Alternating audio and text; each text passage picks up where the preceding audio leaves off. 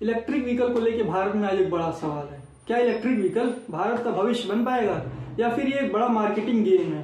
क्योंकि हम में से ज्यादातर लोग इलेक्ट्रिक व्हीकल खरीदने से पहले सोचते जरूर हैं कि इसकी मेंटेनेंस के खर्चे कितने आएंगे, इसका बैटरी कितने साल चलेगी और सबसे बड़ी बात कि इसका चार्जिंग पॉइंट कहाँ कहाँ मिलेगा। नमस्कार दोस्तों, आज के इस वीडियो में हम लोग बात करेंगे the hidden reality of electric vehicles और वो सारी चीजें जो कंपनियां आपसे छुपाती हैं लेकिन वो आपके फ्यूचर को डायरेक्ट इंपैक्ट करता है। चलिए शुरू करते हैं।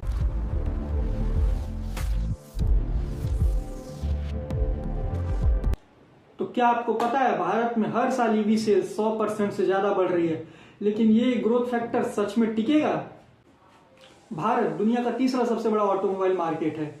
यहाँ ईवी रिवॉल्यूशन की एक नई दौड़ शुरू हो चुकी है। टाटा, महिंद्रा, ओला इलेक्ट्रिक, एमजी जैसी बड़ी बड़ी कंपनियां आई हुई हैं और सभी ईवी का इंडिया का फ्यूचर बता रहे हैं। गवर्नमेंट भी ईवी को प्रमोट कर रही है सब्सिडीज देकर।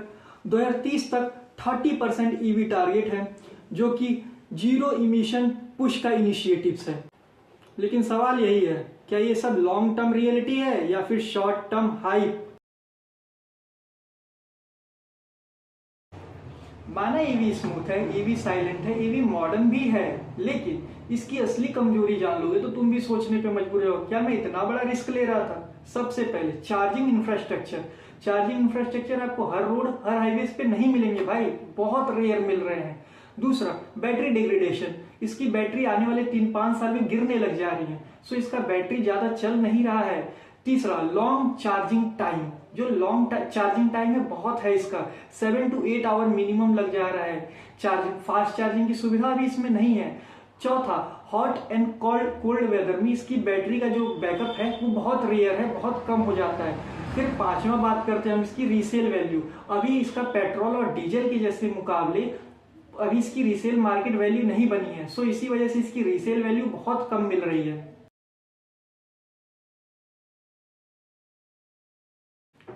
सस्ता पेट्रोल लग रहा है? अरे भाई ईवी लेकर देखो, असली खर्चा तब पता चलेगा जब बैटरी रिप्लेसमेंट में होगी। जब व्यक्ति ईवी खरीदता है तो मन में एक ही सवाल आता है कि सबसे पहले बैटरी हमारी कितनी चलेगी, क्योंकि बैटरी का replacement cost total vehicle cost का 35% to 50% होता है। कुछ मॉडल्स तो हमारे ऐसे भी हैं जिसमें 1 लाख से 1.5 लाख 2 लाख तक बैटरी रिप्लेसमेंट कॉस्ट लग जाती है। तब समझ में आता है कि हाँ भाई ईवी इतने महंगे भी हो सकते हैं। लेकिन कुछ पॉजिटिव साइड्स भी हैं, जैसे कि इसका प्रति किलोमीटर जो चलने का रेट है वो 1 रुपीज to 2 रुपीज ही पड़ता है। ईवी रनिंग कॉस्ट तो कम है, but long term cost unpredictable है। सिर्फ इलेक्ट्रिक फ्यूचर नहीं है, दुनिया हाइड्रोजन की ओर भाग रही है। तो क्या ईवी सिर्फ एक ट्रांजिट फेज बन के रह गया है? जापान एंड कोरिया जैसे बड़े देश हाइड्रोजन पे काम कर रहे हैं। इंडिया में भी इंडियन ऑयल एंड टाटा जैसी बड़ी कंपनी हाइड्रोजन सेल की टेस्टिंग पे काम कर रही है, क्योंकि हाइड्रोजन की खासियत कुछ ये है, 3 मिनट में full refuel, zero emission and इसमें बैटरी नहीं, फुल सेल सिस्टम है। तो लोग पूछते हैं क्या आने वाले समय में ईवी का क्रेज खत्म हो जाएगा? एक्सपर्ट इस पे ये बोलते हैं कि ईवी का क्रेज कुछ डिकेड्स तक चलेगा, लेकिन हाइड्रोजन जो है ये एक बड़ा गेम प्लेयर बन के आएगा मार्केट में। इंडिया में 2030 तक ऑन रोड हर तीसरी गाड़ी ईवी हो सकती है, लेकिन इसके लिए इंडियन गवर्नमेंट को कुछ मेजर स्टेप पे काम करना पड़ेगा।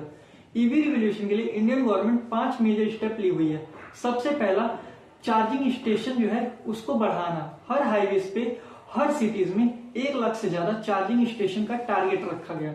दूसरा, मेड इन इंडिया बैटरीज पे काम करना। इससे हमारे इंपोर्ट्स पे जो निर्भरता है वो कम हो सकेगी और मेड इन इंडिया बैटरीज पे काम ज्यादा हो सकेगा। तीसरा, सॉलिड स्टेट में बैटरीज का निर्माण करना। इससे जो हीट की प्रॉब्लम है वो कम से कम हो सकेगी और जो बैटरी का ड्यूरेशन है, बैकअप है, वो ज्यादा से ज्यादा मिल सकेगा। चौथा, हाई रीसेल वैल्यू इकोसिस्टम को क्रिएट करना। और पांचवा, इलेक्ट्रिक बसेस एंड ट्रक्स का एक्सपेंशन करना। इससे हमारे जो है ईवी में रिवॉल्यूशन आएगा और बहुत ही तेजी से ईवी ग्रो करेगा।